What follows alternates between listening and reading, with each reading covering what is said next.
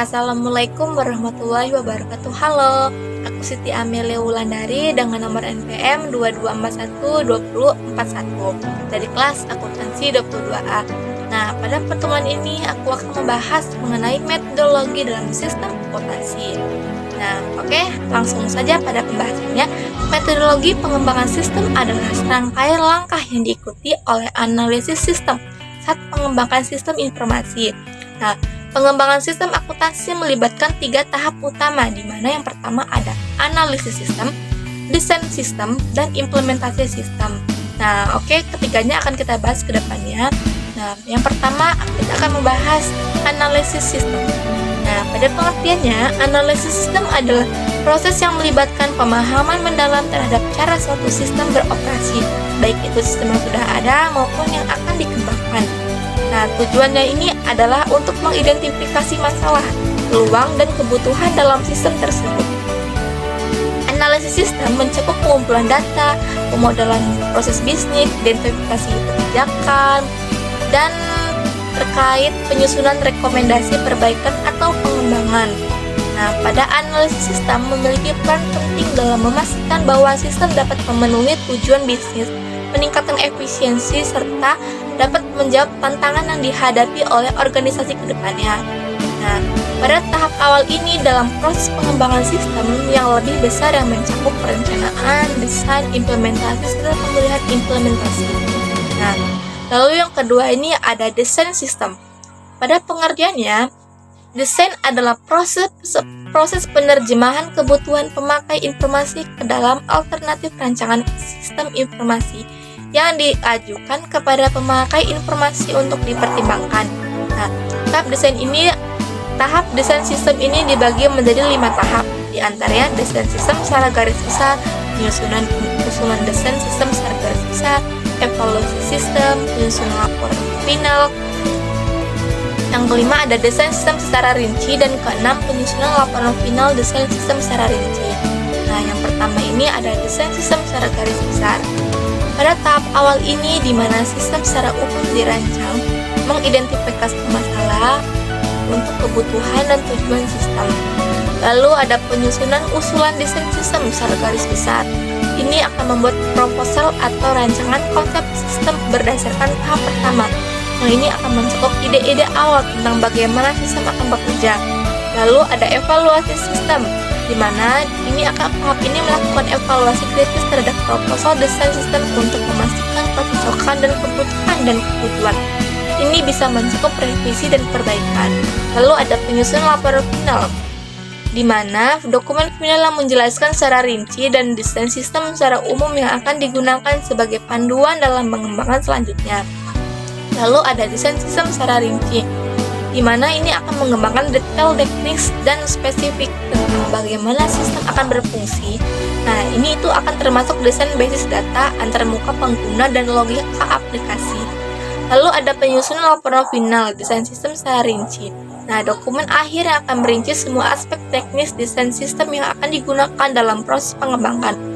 Nah, pada tahap-tahap ini akan membentuk perjalanan desain sistem dari konsep awal hingga detail teknis yang akan digunakan dalam pengembangan dan implementasi sistem. Lalu yang topik selanjutnya adalah implementasi sistem.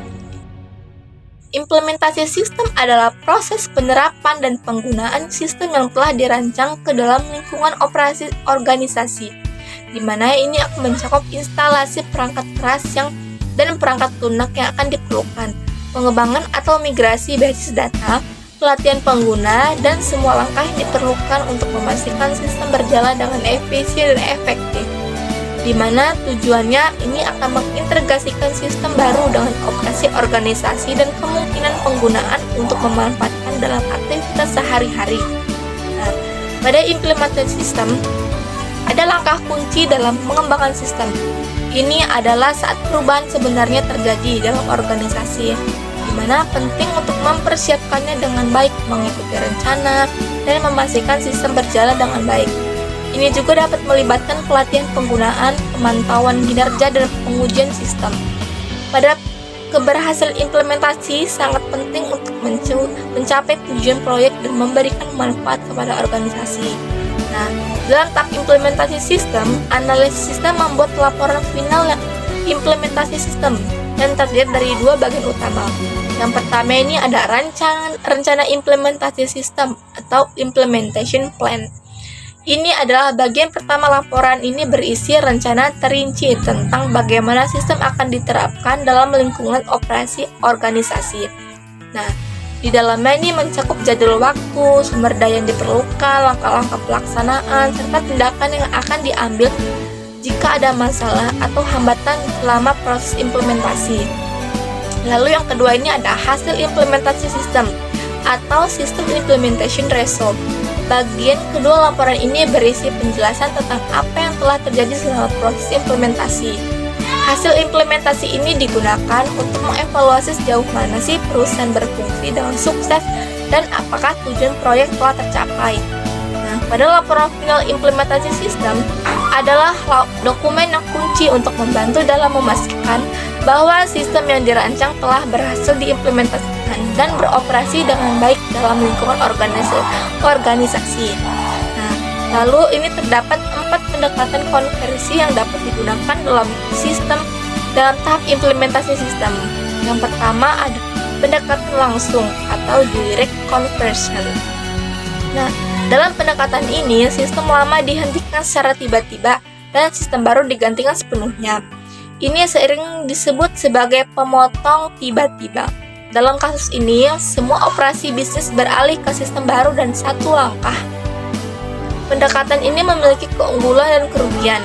Nah, keuntungannya ini pada prosesnya cepat dan sederhana. Tidak ada operasi ganda dengan sistem lama dan baru.